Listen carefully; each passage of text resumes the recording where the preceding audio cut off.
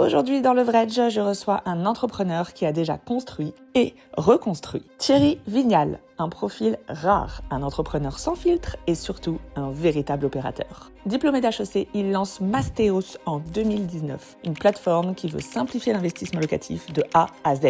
Le modèle séduit, le projet accélère très vite, la valorisation dépasse les 150 millions d'euros, puis le marché se retourne. Hausse des taux, financement plus rare, le modèle est mis sous pression, Mastéos s'arrête. Mais un entrepreneur ne s'arrête jamais vraiment. Aujourd'hui, Thierry revient avec Atome, un modèle repensé, plus niché, 115 000 chambres de bonne de 9 mètres carrés inexploitées, soit plus d'1 million de mètres carrés. Et cette vision claire, transformer ces 9 mètres carrés en micro-logements haut de gamme, inspirés des plus belles cabines de yacht. Avec lui, on va parler d'hypercroissance, de création de valeur, de ce qu'il faut vraiment pour durer et surtout, comment retrouver de l'effet de levier après être tombé.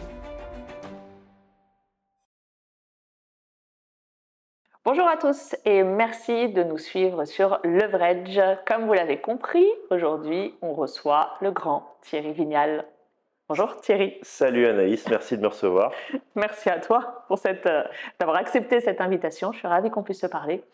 Comme tu l'as compris, on va donc parler d'effet de levier, on va parler un peu de dette, on va parler d'ailleurs peu importe le levier, on va parler de tout ce que tu entreprends. Maintenant qu'on sait ce que tu fais, est-ce que tu veux bien nous expliquer ce que tu faisais avant? Qu'est-ce que tu as fait pour en arriver là? Pour arriver ici sur ce podcast, j'ai toujours été drivé par le levier. Non mais c'est vrai, en plus ça a été toujours mon idéal régulateur, c'est le levier depuis très longtemps, donc c'est marrant qu'on finisse ça. C'est ça qui a guidé ma carrière. En fait, le levier, non mais juste qu'on revienne aux origines du levier parce que Oui. ça m'intéresse. Tu sais qui a théorisé l'effet de levier d'un point de vue mathématique? Vas-y. C'est Archimède. Oui. C'est un mathématicien grec qui vivait à Syracuse et qui dit donnez-moi un point. Il dit très exactement donnez-moi un point d'appui et je soulèverai le monde. Ouais. Et ce qu'il te dit, c'est qu'avoir beaucoup de puissance, c'est pas lié à ta force, c'est lié à la longueur de ton bras de levier. Et plus le bras est long, plus tu peux soulever lourd. Et donc ça, il l'a mathématisé. Et le levier, il n'est pas que financier, il est aussi relationnel, il est intellectuel. Et par exemple, moi, j'étais nul en classe. Et il y a certains trucs où j'étais très fort et je m'en suis servi comme levier. C'est ça qui m'a permis de passer les concours en misant à fond sur certaines matières. Donc ça, c'était le levier intellectuel. Ensuite, j'ai fait...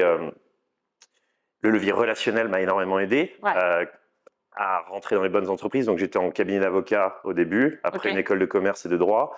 Ensuite, je suis parti, donc j'étais à Hong Kong en cabinet d'avocat. Ensuite, j'ai fait Paris en fiscal, droit immobilier. Ensuite, je suis parti à Londres faire de la finance chez Amundi, chez Janus Anderson en gestion d'actifs. Et après, j'ai fait du trading chez HSBC. Et c'était des belles maisons, mais c'est mon levier relationnel qui m'a permis d'entrer là. Et ensuite, en trading chez HSBC, le levier, c'était au cœur de nos stratégies. En fait, c'est que de la gestion de levier, la finance de marché. Et donc voilà, c'est marrant que je finisse sur ce plateau parce que vraiment, depuis longtemps, c'est ce qui me guide, le levier, dans tous les aspects. En sport, moi, je fais ce qu'on appelle du deadlift, en powerlifting, donc c'est le soulevé de terre. C'est quand tu as une barre au sol et que tu essayes de la lever, c'est très lourd. Et ce qui est marrant dans le deadlift, tu as des compètes et tu as des filles qui pèsent 50 kilos qui en soulèvent 250. Non mais c'est vrai, hein, vraiment, c'est incroyable. C'est incroyable. Que les meufs, dans mon club, elles ont moins de 60 kilos et elles soulèvent 4 fois leur poids. Tu vois. Et comment on explique ça? Par le levier, ta colonne vertébrale sert de pivot, tes genoux aussi, et l'effet de levier fait que tu peux soulever à un poids infiniment plus élevé que ce que tu pensais soulever, quoi. Ouais. Et donc on en arrive ici aujourd'hui. Le levier, il m'a rendu service parfois. Je veux dire, j'en ai vécu aussi les côtés négatifs, parce que ça, on le rappelle pas suffisamment que le levier bancaire qui est au cœur de ce que tu proposes, il permet de faire fortune et quand ça ne fonctionne pas, il donne lieu à des échecs qui sont tout à fait surmontables. Quand j'ai fini le trading chez HSBC à Londres, je suis revenu à Paris, j'ai monté une start-up qui s'appelle Mastéos. C'était en quelle année? C'était en 2019, en même temps que l'incendie de Notre-Dame. Tout à fait. Et puis, c'était un mauvais présage. Ouais, je sais pas. Non, mais j'ai adoré, c'était trop bien. Et j'ai monté la start-up en 2019. On a fait la première année vierge de chiffre d'affaires. Donc, 0 chiffre d'affaires la première année. On a continué malgré tout. Et l'année suivante, en 2020, on a rencontré un peu de succès. Et là, j'ai utilisé un levier capitalistique. Je suis allé lever de l'equity et de la dette en parallèle. Et ça m'a permis de faire grossir la boîte très vite. On est passé de 0 à 400 salariés en 2 ans et quelques. En 2 ans. Ouais. Alors attends, parce que ça c'est quand même extrêmement intéressant. Est-ce que tu peux juste nous rappeler rapidement quelle était la promesse de Mastéos, Mastéos, que tout le monde connaît, mais bon. Non, tout le monde ne connaît pas. C'est une boîte qui aide les particuliers à investir dans l'immobilier. Ouais. C'était très très simple. Nous, enfin moi et mon associé qui était une âme en peine comme moi, un peu désœuvré, on était dans un bar PMU à Bastille. Moi, je touchais pas de chômage parce qu'à Londres, j'avais claqué tout mon blé de trader à Londres. Je suis rentré sans dessous et j'avais pas le chômage, donc je me suis mis au RSA Porte d'Italie. J'étais comme un con, je savais pas quoi faire. Je postulais à droite à gauche, mais ça donnait rien. Du coup, je me retrouvais à rien faire de mes journées. J'ai rencontré un type comme moi qui était paumé et on s'est mis dans un bar à Bastille. On a monté Mastéos qui aide les gens à investir dans l'immobilier. Et donc, tu leur proposes en fait tout le package, également peut-être de les accompagner sur la transformation, la rénovation de Voilà, l'actif. l'idée c'est qu'on avait, en tant que chômeur désœuvré, on avait beaucoup de temps, donc on pouvait aller prendre le train pour Roubaix ou pour Rouen pour aller trouver un immeuble super rentable pour des gens qui ont de l'argent mais qui n'ont pas le temps. Et on leur disait, on va s'occuper de tout, on va te sécuriser l'immeuble, on va trouver des artisans pour te faire les travaux, on va te gérer la location, et c'est du clé en main. C'est ça. Voilà. Et donc ça a eu un grand succès en 2021, 2022, 2023. Et toi, tu avais donc tes fees qui étaient donc des honoraires un peu d'asset manager. De broker. De broker. Moi, je te fais tout le bordel et je te facture 10 000 euros et toi, tu reçois tes loyers, ça rembourse ta dette, justement. Mes clients se leverageaient. Moi, je me leverageais au niveau de ma boîte. Donc, j'ai levé de l'equity, j'ai levé 65 millions d'euros en tout. Auprès de DST et de Daphne. Auprès de différents fonds de VC, dont Daphne, DST. Et ensuite, cet equity m'a permis de leverager avec de la dette, etc. Donc, alors attends, parce que c'est quand même pas rien de réussir à lever 65 millions. Comment est-ce que tu fais pour lever 65 millions alors que tu as 2 ans d'existence? C'est pas comme le bancaire où il faut un gros track record. Là, c'est le monde du venture capital. En plus, à l'époque des taux d'intérêt à zéro, c'était un univers sous stéroïdes, donc tout le monde était surexcité. Il y avait plein de pognon partout. Et il suffisait de montrer un peu d'énergie et de vision. Un beau PowerPoint, une belle vision. Un beau PowerPoint. Et surtout, ça se fait petit à petit. On ne lève pas 65 d'un coup. Au début, on lève 100 000. Au début, on va gratter 10 000 à sa grande tante. C'est ça. Tu fais du Friends and Family. Friends, Family and Fools. Pas oublier le dernier F. Ensuite, tu vas chercher une sub BPI. Ensuite, tu vas lever auprès d'un business angel qui a bien aimé le concept 100 000 euros ou 50 000, tu vois. Et après, tu vas lever un petit fonds de VC précis de 500 000. Mais en fait, les 65 millions, c'est vraiment 12 séries qui se sont suivies. Hein. C'est ça. Et c'est de plus en plus grand, ça snowball après, tu vois. C'est ça, c'est vraiment l'effet boule de neige. Et donc, t'es allé voir BPI avec t'as demandé donc une subvention, et donc BPI te fait du 1 pour 1. T'as été chercher Innovup, là, t'avais déjà un gros effet de levier avec les fonds propres que tu avais réussi à avoir en Friends and Family pour après aller chercher BPI, pour donner un peu l'ordre des choses pour les personnes qui nous écoutent. Mais au début, donc c'est Friends Family. Après, la BPI, j'ai une mémoire assez faible, mais je crois qu'elle m'avait filé des programmes avec leur organisme Wilco, des prêts d'honneur, tu vois, des trucs à 50 000 euros. Ouais. Et ensuite, on a levé un peu d'equity auprès de BA, et là, tu as du 1 pour 1. Mais c'est différents départements de la BPI. Et quand même, toujours dans ce laps de temps, toi, tu produis du chiffre d'affaires. Ouais, donc plus je lève, plus ça me permet d'acquérir des leads, de me développer, d'embaucher, d'ouvrir des nouveaux bureaux, etc. Donc ça permet ensuite de lever encore plus. Et quand tu vas les voir, justement, ceux-là, tu leur dis j'ai besoin de lever parce que j'ai besoin de recruter, parce que j'ai besoin de. C'est ça la motivation. Ouais. Après, il faut qu'il y ait des chiffres derrière. Donc en l'occurrence, une fois qu'on a levé, ça nous a permis d'accélérer, mais on a effectivement accéléré. Parce que souvent, comme j'ai fait faillite plus tard, les gens me disent mais comment tu fais faillite en levant 65 millions d'euros? Et c'est une question tout à fait légitime, mais ça donne l'impression que les gens qui lèvent auraient dû mettre ça sur un livret A pour les jours durs. Mais en fait, chaque centime qui est levé est immédiatement dépensé dans de l'hypercroissance, c'est-à-dire que dès que j'ai de quoi payer un nouveau salaire, j'embauche, j'ouvre un nouveau bureau, je mets 100 000 balles sur de la pub et on accélère. À aucun moment, l'argent reste sur le compte. Je veux dire, ça part. Et nous, notre chiffre d'affaires, il a été multiplié par 10. On est passé de 2 millions à 20 millions très, très, très rapidement, tu vois. En 2 ans? Ce qui est normal quand tes budgets limité. Donc voilà, en 2 ans, ouais. Donc tu vois, on est passé de 200 000 à 2 millions, à 20 millions, et on a frôlé les 40, tu vois. Donc ça allait très, très vite. Donc c'est un shortcut, la dette. Ça permet de s'enrichir beaucoup plus vite que ce que les lois naturelles te permettent. Et un peu, je reviens toujours à la musculation, mais en musculation, tu as ce qu'on appelle des stéroïdes. Ça permet aussi de se muscler plus vite, mais parfois, tu endommages un peu tes organes.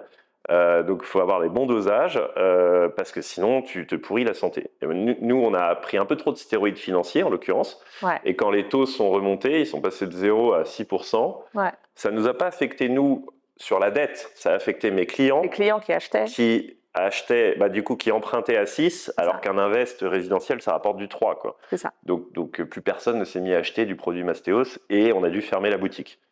Voilà. En combien de temps tu as dû fermer? Ça a été rapide? Ça a été rapide, hein, à la vitesse de la hausse des taux, quoi. C'est ça. Ça a pris 6 mois. Et c'est aussi le moment de dire que, et on avait un océan de dettes, hein, c'était de l'ordre de 15 millions. D'accord. J'ai planté 15 millions de passifs sur ma tête.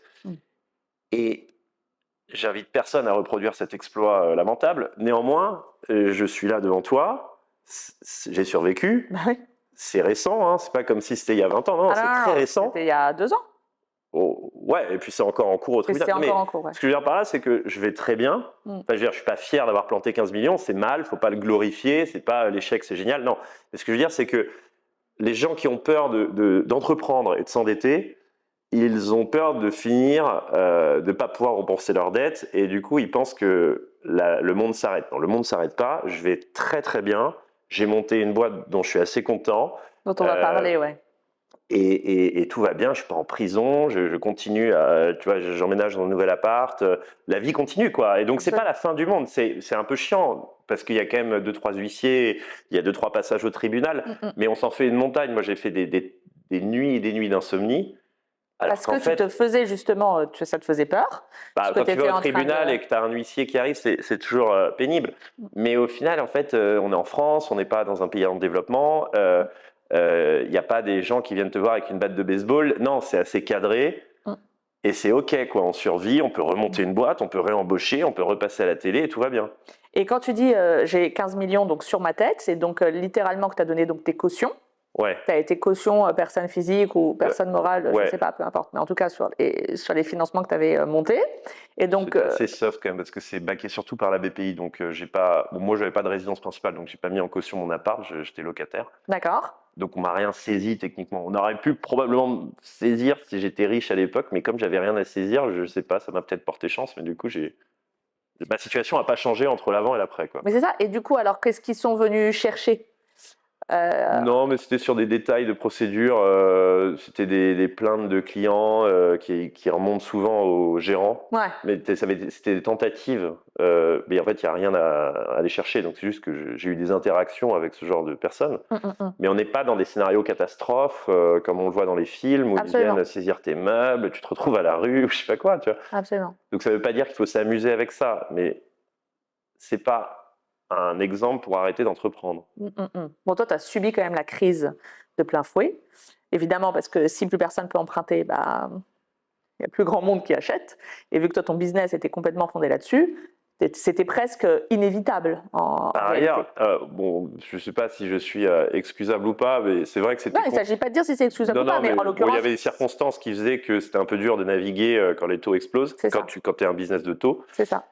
Mais en revanche, ce qui est assez cool, c'est que j'ai certains clients qui sont vraiment enrichis grâce à la dette. Parce que la dette, elle se marie assez bien avec la pierre.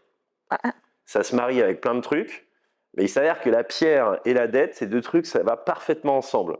Et les clients, il y a certains clients qui n'ont pas fait fortune, mais je suis assez content. Il y avait des belles histoires de gens qui ont réussi, grâce au levier, à acheter un appart, 2, 3, 4, et des mecs qui étaient des contrôleurs SNCF, des infirmières, des gens normaux, quoi, et qui se retrouvent à la fin avec 10 apparts. Et j'ai aussi le cas en interne, mes salariés qui étaient bien payés, mais c'est pas non plus la folie, tu vois, c'était des salaires à, je sais pas, 3-4 000 euros par mois.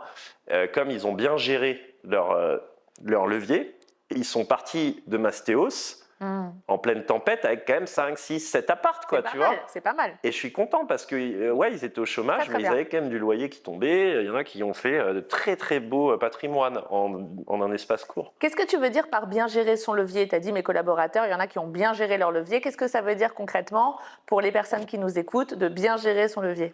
Tu as la méthode... T'as la méthode plan-plan de dire je vais voir ma banque, j'ai une cartouche et basta, et on n'en parle plus, tu vois, de dire j'ai mon CDI chez Danone, est-ce que je fais ma résidence principale ou mon invest locatif En tout cas, j'ai qu'une cartouche et une fois cette cartouche utilisée, j'enterre le sujet. Point. Point.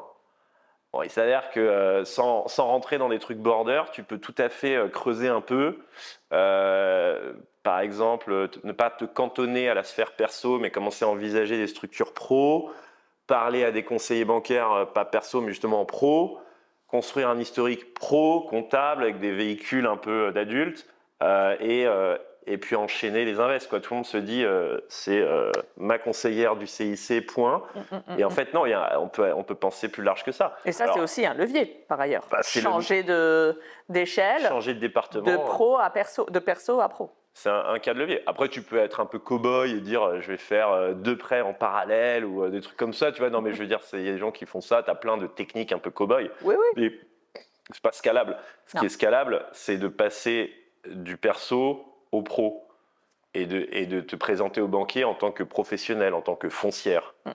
Exactement. Alors, les gens, quand ils font ça, bon, évidemment, je partage à 100% ce que tu dis, ils ont quand même un petit peu peur du montant des fonds propres.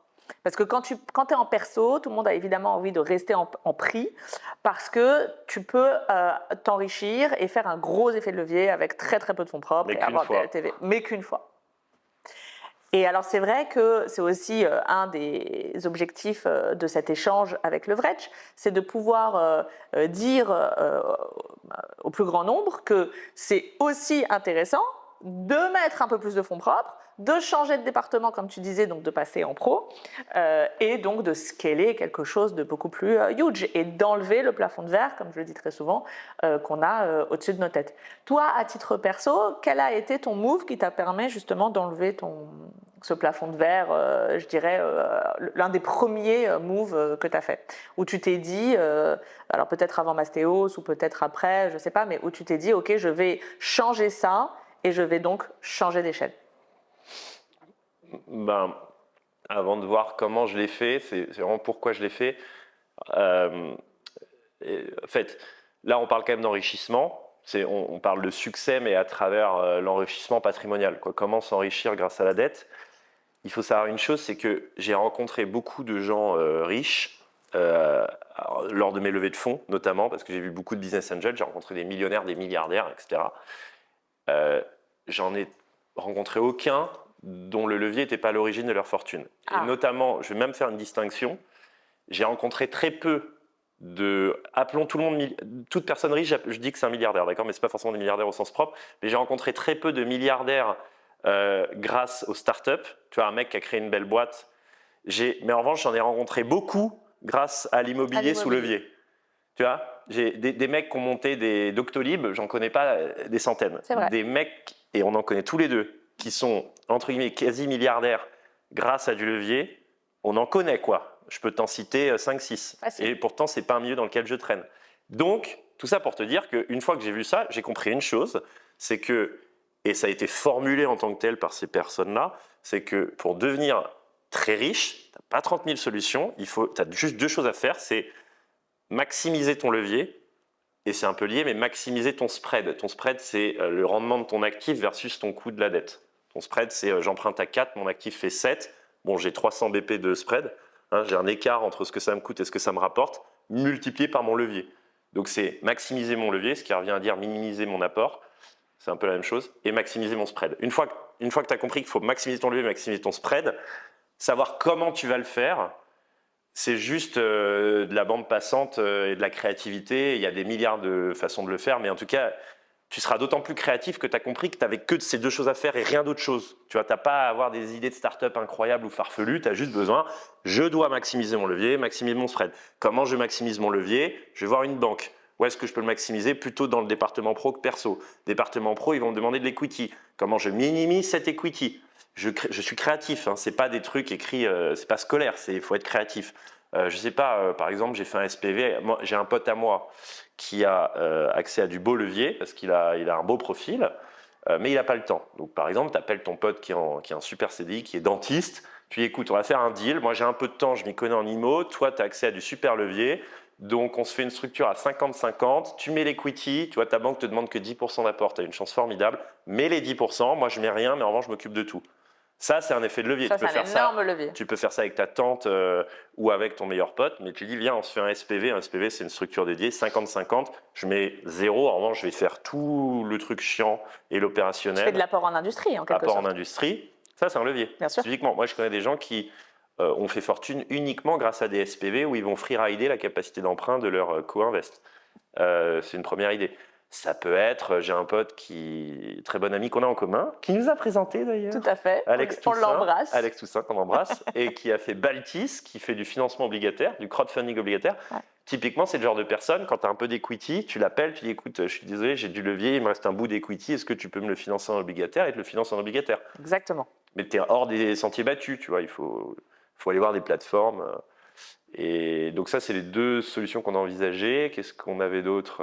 Après, c'est vrai que sur la solution de l'association, où je te rejoins à 2000%, c'est quand même assez difficile aussi de se mettre d'accord aussi facilement. C'est-à-dire que tu vas avoir aussi le cas, alors peut-être que c'est quelque chose que tu sais gérer, peut-être que tu peux nous en parler, mais le cas des associations qui ne vont pas bien se passer, où évidemment tu auras toujours l'un qui va vouloir tirer la couverture vers l'autre. Oui, mais je mets l'equity, donc je dois avoir beaucoup plus. Oui, mais non, moi je suis quand même au charbon tous les jours parce que c'est moi qui fais l'opérationnel, donc je dois avoir beaucoup plus. Bon, ça ne se passe pas quand même toujours extrêmement facilement. Est-ce que toi, ça c'est quelque chose que tu as mis en place, que tu as processé, que tu automatises et que tu as dicté à tes associés, ou est-ce que ça a été l'objet de négociations, ou est-ce que c'est parce que maintenant tu as quand même aussi cette réputation? Enfin, comment tu arrives à gérer ça de manière fluide? C'est de la négo. Moi, ce que je te donne, c'est une trajectoire. La trajectoire, c'est minimiser ton apport. Ouais. Donc tu as un négo, enfin au moins tu sais où tu vas. Tu vas aller chercher l'associé qui te donne les conditions les plus favorables en termes d'apport. Voilà. Bah, c'est ça. Là où je suis d'accord avec ce que tu dis, c'est que tu vas là où l'associé te donne les conditions les plus favorables. Ce qui veut dire que c'est un peu la loi du nombre. Donc il ne faut peut-être pas aussi se cantonner à un seul associé et il faut peut-être voir plusieurs possibilités. Et dans le lot, il y en aura un avec qui ça va être un perfect match. Il y a ça, et puis il y a aussi ce que tu apportes sur la table. Tu vois, c'est mon nouveau projet, il apporte un petit truc que peu de gens savent faire. Tu vois, il faut une expertise, on va en parler, j'imagine. Mais, bien sûr. Mais il faut une certaine expertise dans le micro-logement. Moi, je suis sur une niche un peu chelou, mais qui est assez rentable. Mais en revanche, il faut se lever tôt pour savoir le faire. Donc, j'apporte une vraie expertise unique, tu vois. Donc, plus ton truc est unique, tu vois, si tu dis je fais des caves que je transforme en love room BDSM ou en salle de podcast, et ça rapporte 2 fois le rendement moyen de la ville. Ouais. Bon, bah là, le mec sera peut-être plus enclin à faire du 50-50 sans apport de ta part si tu lui livres la recette magique, quoi. Mais si tu arrives et que tu dis, moi, je sais faire du T2 à Clichy, bon, tout le monde sait faire ça, quoi. Donc, il va peut-être être moins... Je suis complètement d'accord avec ça. Avant de rentrer dans le détail d'Atome, je voulais un peu mettre l'accent sur le spread dont tu parlais tout à l'heure, parce que ça, je trouve que c'est extrêmement intéressant. Alors, effectivement, il n'y a pas 1 million de manières de générer 7 quand on emprunte à 4. Et que donc on génère 3 de spread. Est-ce que toi, tu as des tips à nous donner sur comment est-ce que tu peux retourner l'utilisation d'un actif pour que justement, quand tous les jours, il est censé te donner 5 et que grâce à toi, il donne 7? Ouais, bah c'est tout l'enjeu du coup est là. Hein, donc une fois que tu as maximisé le levier, tu dois maximiser ton spread. Maximiser ton spread, c'est trouver des use cases créatifs sur un actif banal. Et typiquement, ça passe par de la transformation. Donc, les idées un peu classiques, ça va être une cave, ça vaut rien, mais pour un mec qui fait des podcasts, ça a une valeur d'usage extrêmement forte. Donc, tu vas chercher des grosses valeurs d'usage et des faibles valeurs foncières. Moi, Atome, c'est ça. Je suis tombé dessus plus ou moins par hasard, mais en gros, c'est l'univers des chambres de bonne et des micro-logements parisiens. Il y en a un paquet, c'est quasiment un logement sur 10. Il y en a 118 000 à Paris, des chambres de bonne. Paris ? Juste à Paris intramuros, il y en a 118 000 de moins de 14 mètres carrés. Et tu en as 85% à l'abandon. Donc tu as 1 million de mètres carrés en plein Paris qui sont habitables, mais qui sont à l'abandon. Pourquoi? Parce que c'est trop petit, c'est vu comme insalubre, c'est vu comme non exploitable. Voilà. Bon, donc tu as un foncier qui a une valeur perçue comme quasi nulle, parce que c'est des petits trous à rats, il y a des crottes de pigeons, une fois sur 2, il n'y a pas de toilette, il n'y a pas d'ascenseur, donc ça vaut rien, quoi. Et de l'autre côté, je crois qu'en allant à une chambre d'hôtel de 9 mètres carrés, 4 étoiles à Odéon, je me suis dit, ils sont gonflés quand même parce que ça fait la même taille qu'une chambre de bonne et je paye 400 balles la nuit, c'est pas normal. Et pareil, sur les sur les bateaux, les milliardaires, tu sais, ils ont des cabines de yacht qui font 9-10 mètres carrés, ils sont milliardaires. La cabine, elle est magnifique, tu vois. Ou alors, quand tu prends l'Orient Express, tu as des séjours à 20 000 euros, je crois, et la cabine, elle fait 7 mètres carrés. Quand tu prends l'avion, tu fais Etihad Airlines, leur cabine, elle fait 3,5, c'est 20 000 euros. Tu as tout dans les 3,5 mètres carrés. En fait, ce que je veux dire, c'est qu'il y a des situations où des milliardaires sont dans des espaces restreints, très très luxe, très très chers. Et donc, je me dis, pourquoi moi, je n'essaierais pas de mettre le même esprit dans ce trou à rats et que ça soit l'équivalent d'une cabine de yacht, quoi. Et je vais louer ça à qui? Moi, chez Mastos, j'avais 400 salariés. J'avais souvent, je les envoyais à l'hôtel pour des séminaires et tout. Et je me suis rendu compte que c'était plus simple de louer un studio près du bureau et de les faire tourner dedans en bail société. Donc, je me suis dit, j'ai qu'à faire ça, j'ai qu'à prendre ces chambres de bonne et les transformer en quasi-chambre d'hôtel en mettant du très luxe partout. Et ensuite, j'appelle des boîtes et je leur dis, je loge vos salariés, vous avez qu'à me prendre en bail société le truc et vous pouvez faire tourner vos gars et ça vous fera diviser votre note d'hôtel par 4. Et c'est comme ça qu'est né Atome. Et c'est comme ça qu'est né Atome. C'est de dire un foncier qui n'a aucune valeur, un cas d'usage qui a une forte valeur, une alternative à l'hôtel pour une société, et ça marche. Ou une cave qui n'a aucune valeur, et un use case type podcast ou salle BDSM. Me demande pas pourquoi je pense à cet exemple, mais il s'avère que ça m'est venu comme ça. Et en l'occurrence, je sais qu'il y a des gens qui payent cher sur Airbnb pour accéder à ce genre de cave, et tu as juste à mettre une croix de Saint-André. Le niveau de technicité, quand même, de ma connaissance du sujet est assez étrange. Mais voilà, ça coûte rien. Voilà, je te demande pas pourquoi. Un fouet, une cravache en cuir, ça coûte 20 euros à la boutique Démonia qui est située au 20 rue. Non. À ce point-là, l'expertise. Donc non, voilà, ça coûte rien et tu peux le louer très cher. En tout cas, tu as créé de la valeur avec pas grand-chose. Exactement. Tu as créé parce que tu t'adresses à une cible. En fait, dès lors que tu identifies ta cible, toi, tu l'as très bien identifié avec Atome, parce que tu t'adresses à ces entreprises qui ont besoin de loger leurs collaborateurs. Mais d'ailleurs, on n'a pas besoin d'aller chercher des boîtes du CAC 40. Hein. Le restaurateur, d'ailleurs, on en parlait quand on était au Conti la semaine dernière, ou je ne sais plus, est lui-même intéressé pour louer son staff. Donc, tu n'as même pas besoin, voilà, c'est ça, on n'a pas besoin d'aller chercher très compliqué. L'idée de départ, c'était de prendre un actif complètement dévalorisé. Est-ce que j'ai d'autres exemples? Oui, il y avait un mec qui a acheté des... Robin Rivaton le connaît. Robin. On a fait un super épisode avec lui. En l'occurrence, il a acheté des maisons près des centrales nucléaires. Personne ne veut vivre près d'une centrale nucléaire. Donc le foncier près des centrales nucléaires est très bas. Pourtant, il y a du staff à loger. Et donc le type achetait tout l'immobilier autour de la centrale qu'il louait ensuite à la centrale pour loger le staff. Donc c'est de l'immobilier pas cher avec une valeur d'usage très très élevée pour le staff. Moi là, je regarde tout ce qui fait moins de 9 mètres carrés, c'est pas louable. Enfin, déjà, c'est pas louable, mais surtout, personne n'a envie d'y aller. Et en fait, si tu te transformes en attraction touristique, type justement une cabine de l'Orient Express, et ben, ça peut devenir un truc très touristique. Et là, tu es autorisé à le louer? Non, mais si ça devient. Tu peux le.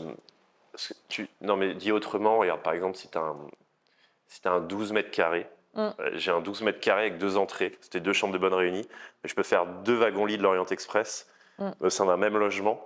Mais tu vois, c'est des trucs comme ça, quoi. Mais tu te débrouilles pour que la taille devienne une force. Tu délotes un peu, quoi. Ouais, exactement. Tu te débrouilles pour que ça devienne une force. Donc après, tu peux le faire sur... Alors après, le truc plus basique, c'est juste mettre un très beau design. Hein. Ça suffit à générer du spread. Souvent, tu as un effet coup de cœur. Bon, tu es plafonné sur les loyers, donc parfois, il faut aller être créatif aussi sur ton ingénierie juridique, te dire, bon, bail société, c'est pas plafonné, je vais plus m'aventurer par là, mettre un super design, et du coup, ça va un peu augmenter mon spread.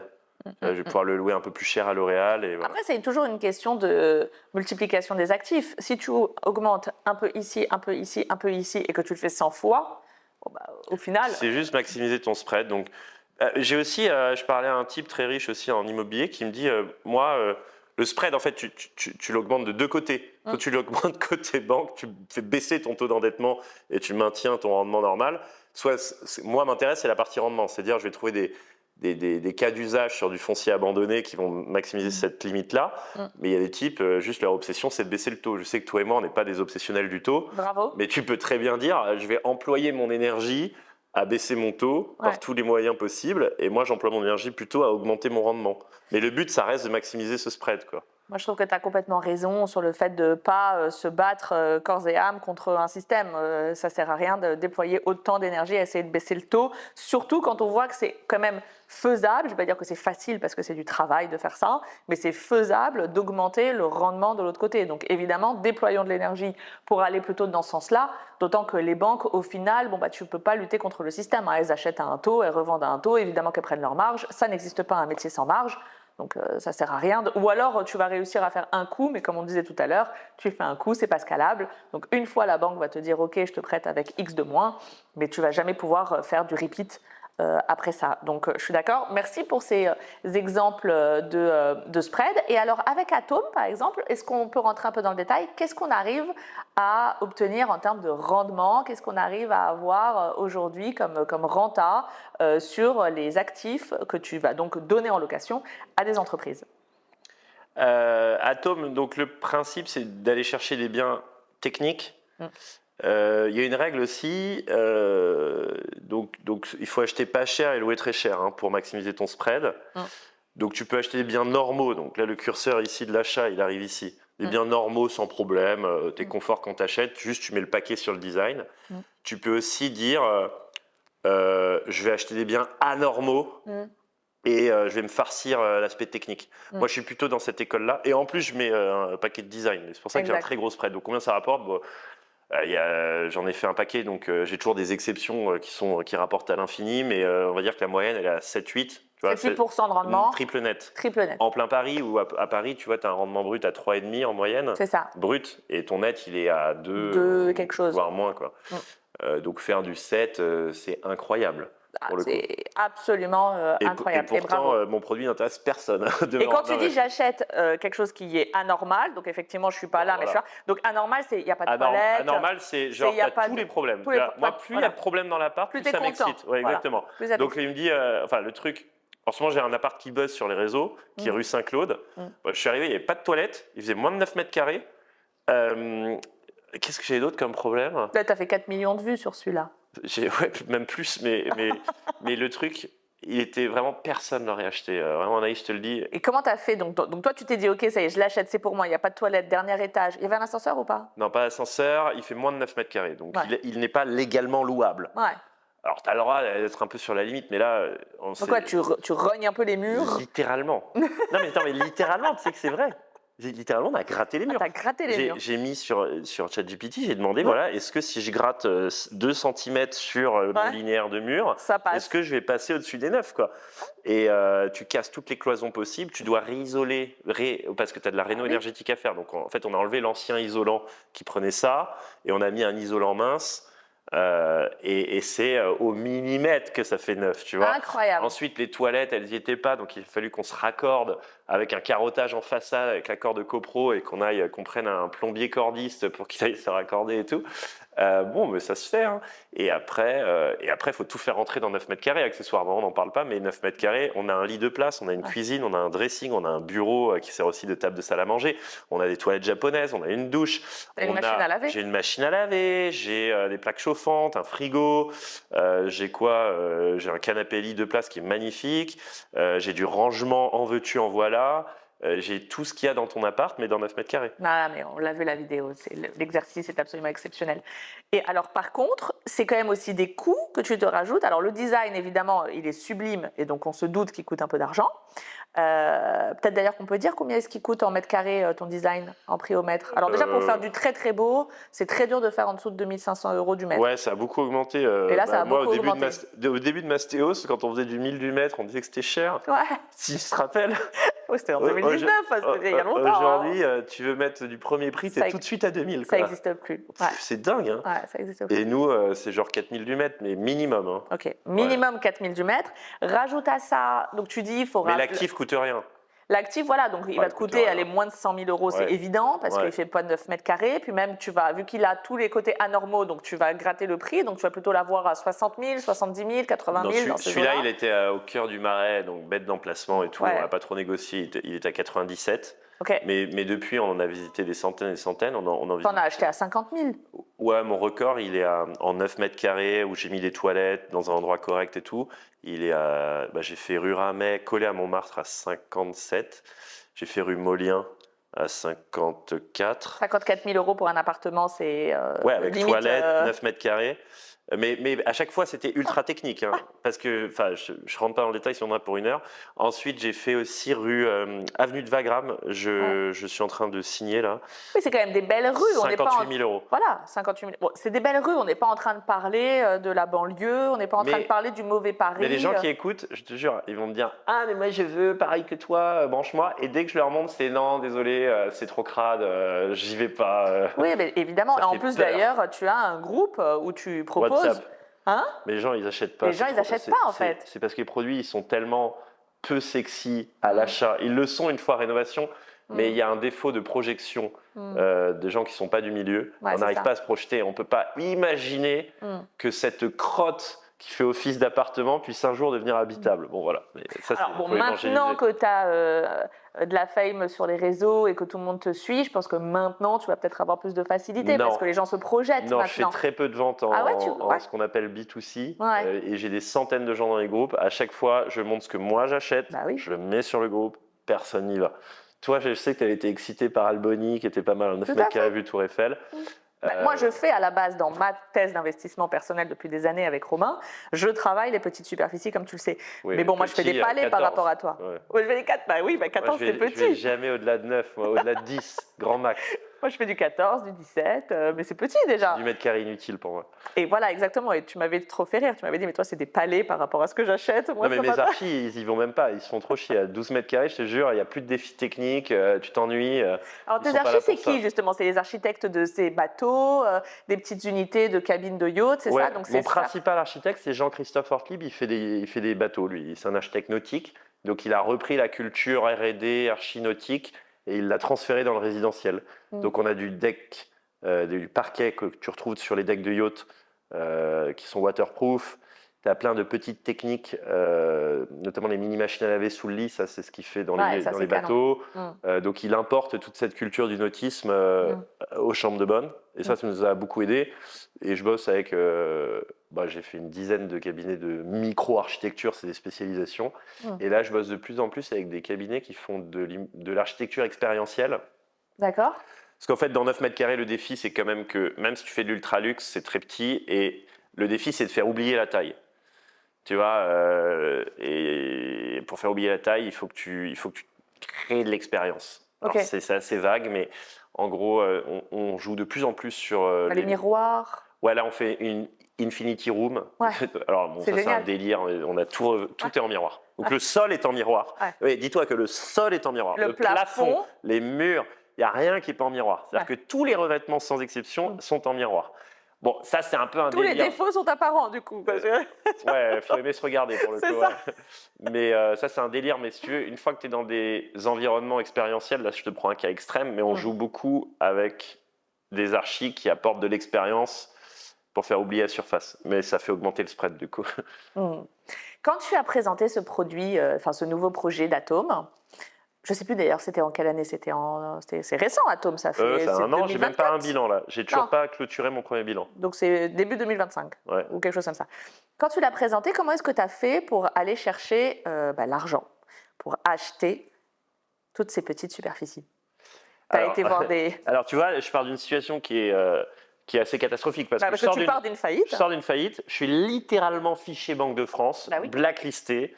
Ma banquière, elle ne me parle plus. Elle l'a pris limite personnellement. Elle a pas… Maud du CIC, elle ne me répond plus. Vraiment, je suis blacklisté. J'ai fait perdre, et ça, je ne suis pas fier, mais j'ai fait perdre beaucoup d'argent à beaucoup de gens, alors dont c'est le métier de perdre de l'argent pour la plupart. Oui, c'est ça, les capital risques. Il y avait aussi les business angels, il y avait les particuliers, donc voilà, c'est pas une grande fierté, mais en l'occurrence, je pars d'une situation où je suis blacklisté totalement du secteur. Donc, comme quoi on peut le faire. J'ai levé 1 million d'euros sur Atome pour la partie entreprise, pas pour la partie mur. Et pour les murs, j'ai pas compté, mais pour la propre on en a acheté une dizaine, donc ça fait 3 millions de levée, un peu plus. Non, un peu moins d'ailleurs. Putain, le mec, il sait pas compter. Non, mais si tu as fait… Chaque projet a un total cost à 150 000, ça fait 1,5 million. 1,5 million en interne et pour les externes, le double. Voilà, c'est ça. Donc, au final, tu as fait l'OPCO où tu as levé 1 million, la PropCo où tu as levé 1,5 million, sachant que tu pars d'une faillite. Donc ça se fait, quoi. Et c'est ce que j'allais dire. Et que je suis vraiment... plus personne me parle. Alors maintenant, un petit peu plus, mais post-faillite, plus aucun VC ne répond à mes calls, plus aucun business angel, plus aucune banque. Mais c'est ce que j'allais te poser tout à l'heure comme question, et on est passé à autre chose quand on parlait de Mastéos. Mais comment tu sens que tu as été accompagné dans cette faillite ?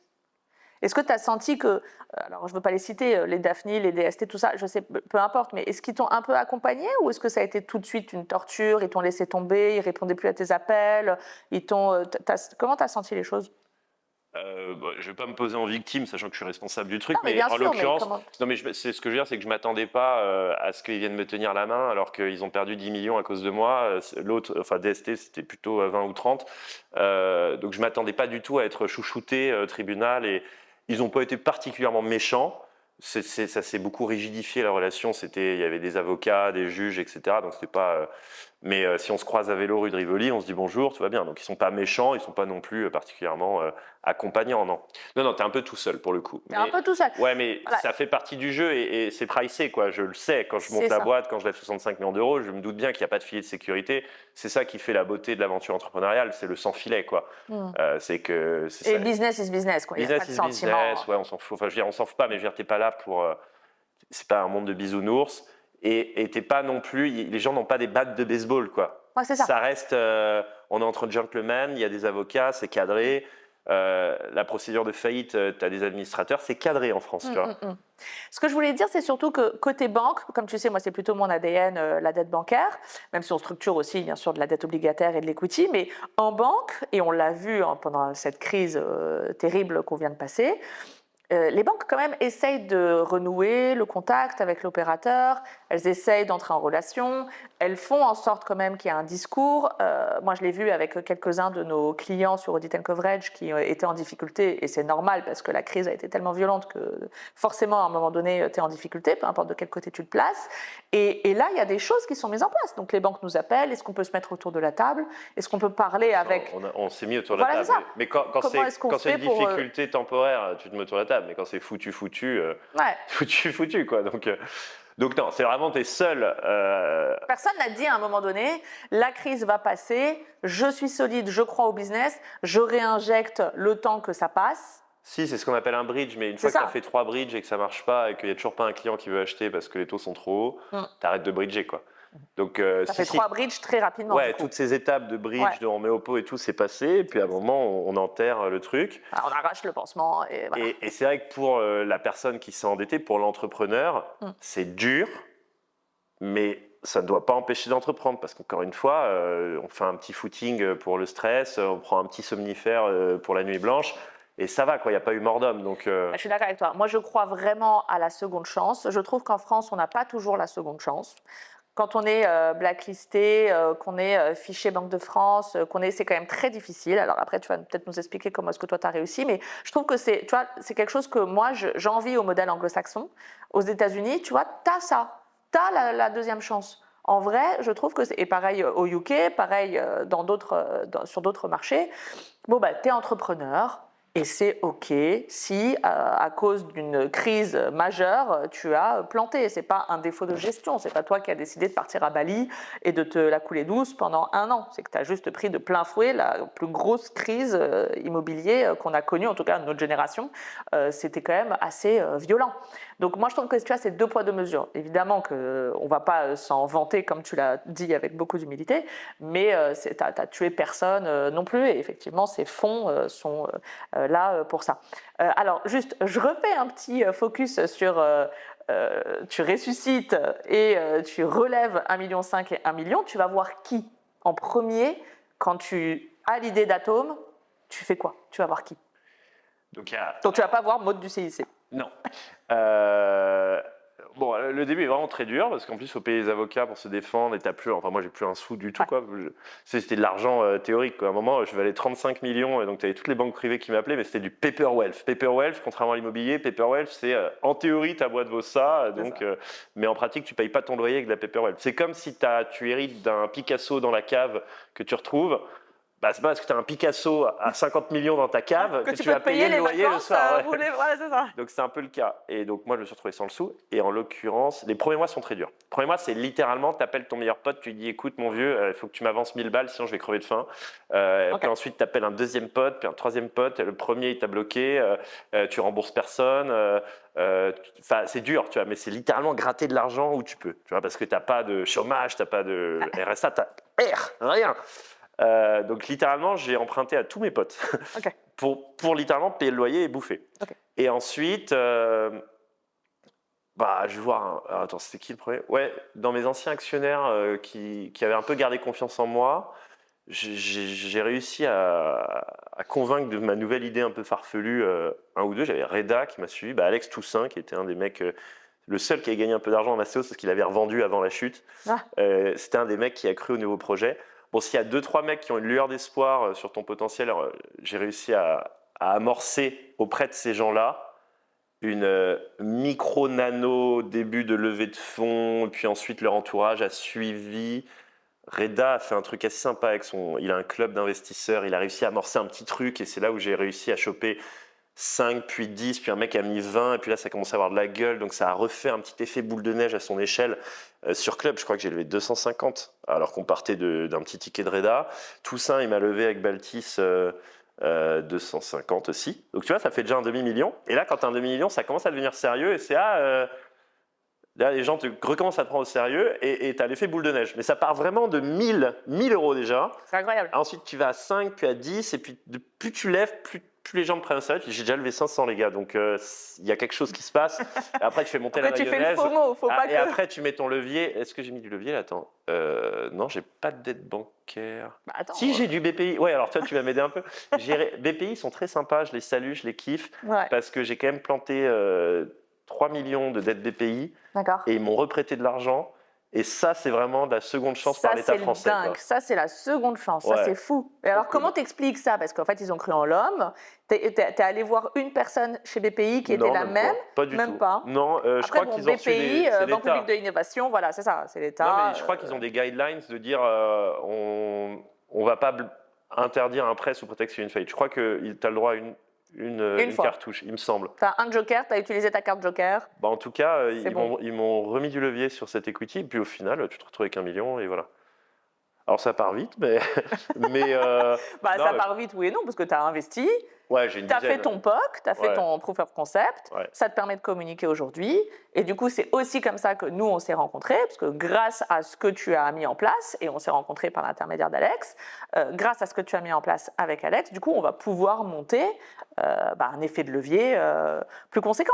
Donc au final, quand tu dis que ça part de 1000 euros, moi je trouve que c'est humble, très touchant et surtout très rassurant.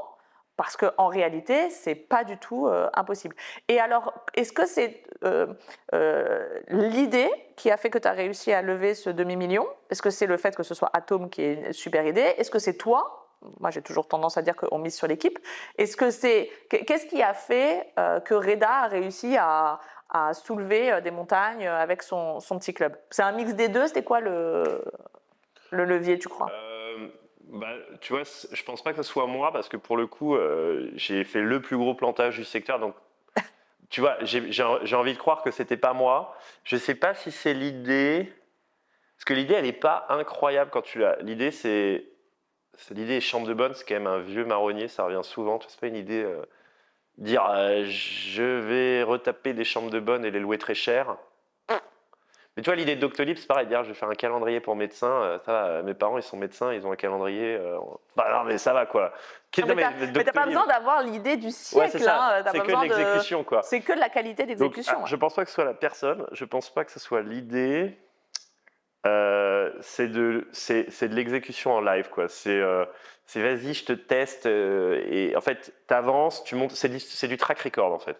C'est de la preuve par le track. Donc par le track, par la résilience. Par la résilience, mais surtout, ton idée, moi j'ai trouvé un type qui a acheté la première chambre de bonne, et j'ai fait mon concept dessus, et ça a marché, et donc ils ont remis un peu d'argent, puisque le premier, tu vois, c'est aussi prouver Mais que le c'est truc grâce à marche. Reda, du coup, que tu as acheté cette première acquisition, parce qu'il faut quand même l'acheter. Donc, même si ça coûte 55 000 euros, il faut quand même mettre 55 000 euros, parce qu'il n'y a pas de banque qui te met 1 euro dessus, donc il faut quand même les trouver. Après, il y a 3 000 euros du mètre, donc même si tu as 10 mètres carrés, il y a quand même 30 000 euros à sortir. Enfin, tu n'as pas 10, en plus, tu as moins, donc il y a quand même 27 000 euros à sortir. Ensuite, il y a les frais de notaire, les frais de commercialisation. Alors après, je ne sais pas si tu passes par des Ouais, non, enfin mais bon, donc voilà. c'est quand même pas rien. Oui, mais ça se trouve. Voilà, donc c'est Et ça, donc ça après, se trouve. c'est un mix de pas être, enfin, faut être un minimum convaincant, faut que l'idée ait un peu de sens, faut que l'exécution arrive très vite pour montrer qu'il y a du concret et que ça fonctionne à peu près. Donc c'est Faut un pas mix te le des faire tant trois. qu'il est chaud. Mais c'est pas que l'un, c'est pas l'entrepreneur messianique complètement génial, ça n'existe pas trop. Le super beau deck avec des super belles slides, ça marchait en 2019 peut-être, mais Ouais, ça marche existe plus. Euh, et attends, et quand tu dis c'est les personnes, on investit sur les personnes, Mm. je tiens juste à rappeler un truc que j'ai entendu dans un podcast. Il faut absolument que je le répète parce que je trouve ça brillant. C'est Oussama qui lui aussi a une sale répute. Oussama qui disait la valeur de ta boîte est inversement proportionnelle à la qualité de ses people.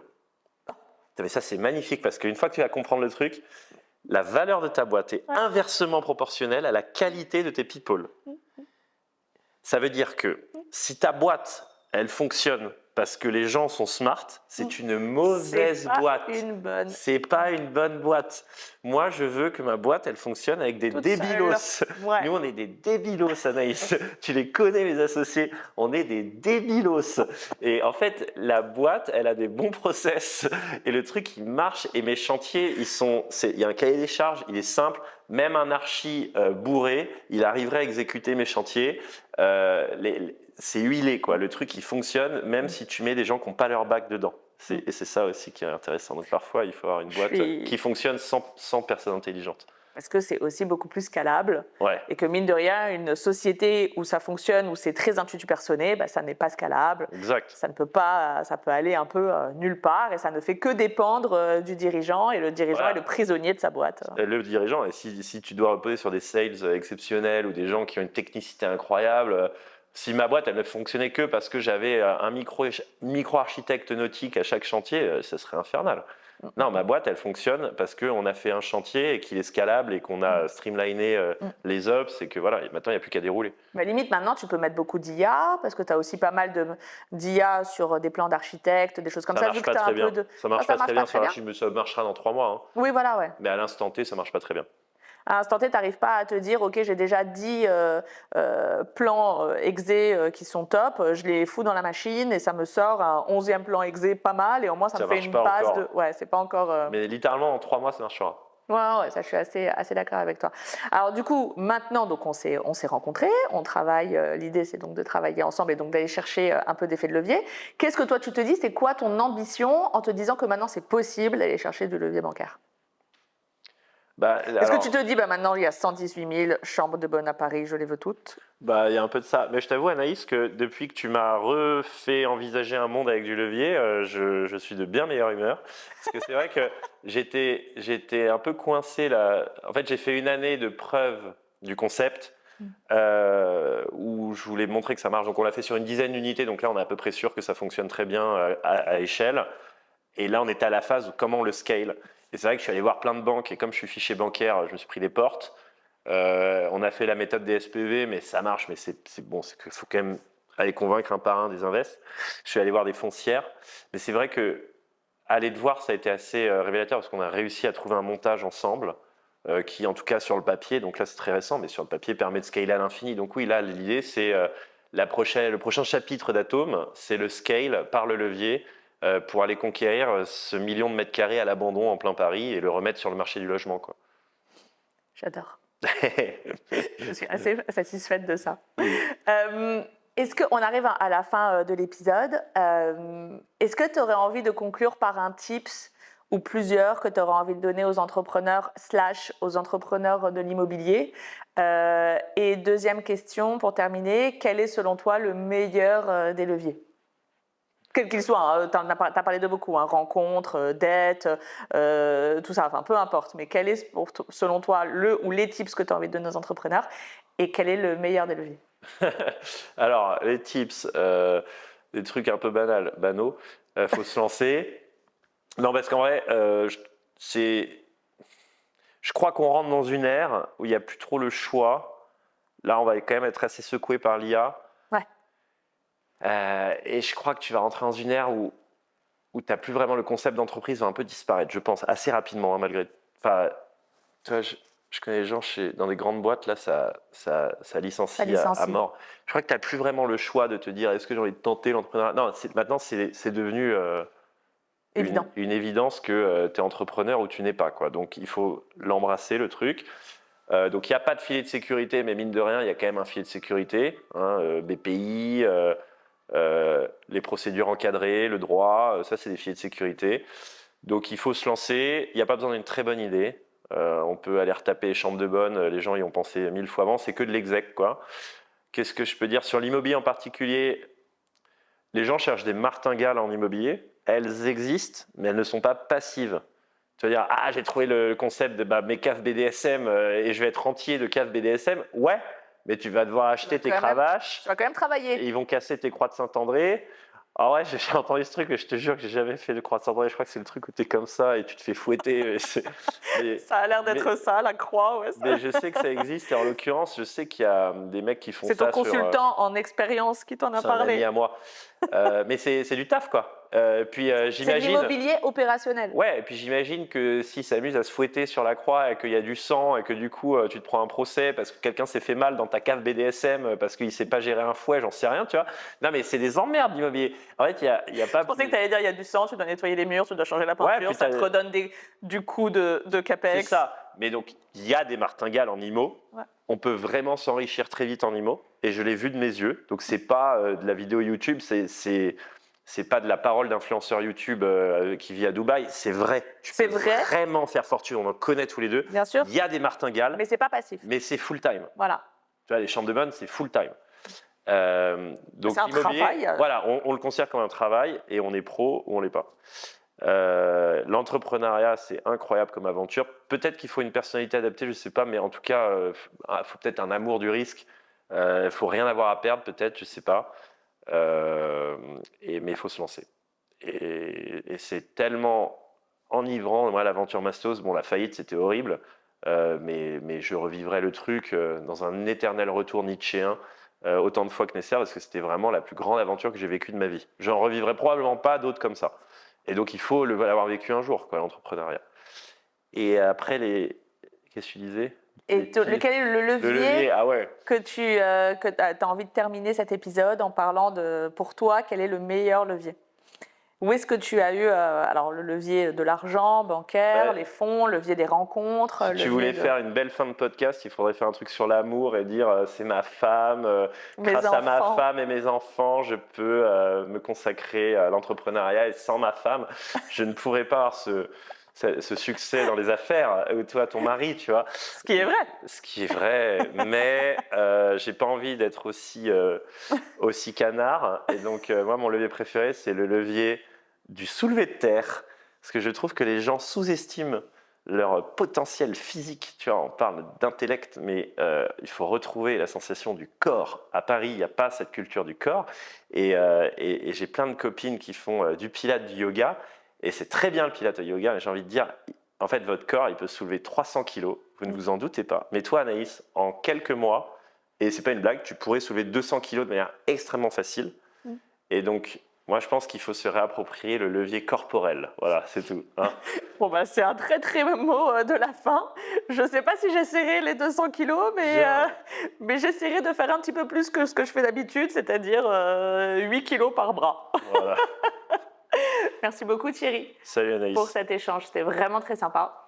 J'espère que cet épisode vous a plu. Merci de nous suivre sur Leverage. Si vous n'êtes pas encore abonné, n'hésitez pas. N'hésitez pas aussi à nous laisser un commentaire, ça fait toujours plaisir. Et je vous dis à très bientôt pour la suite. Ciao!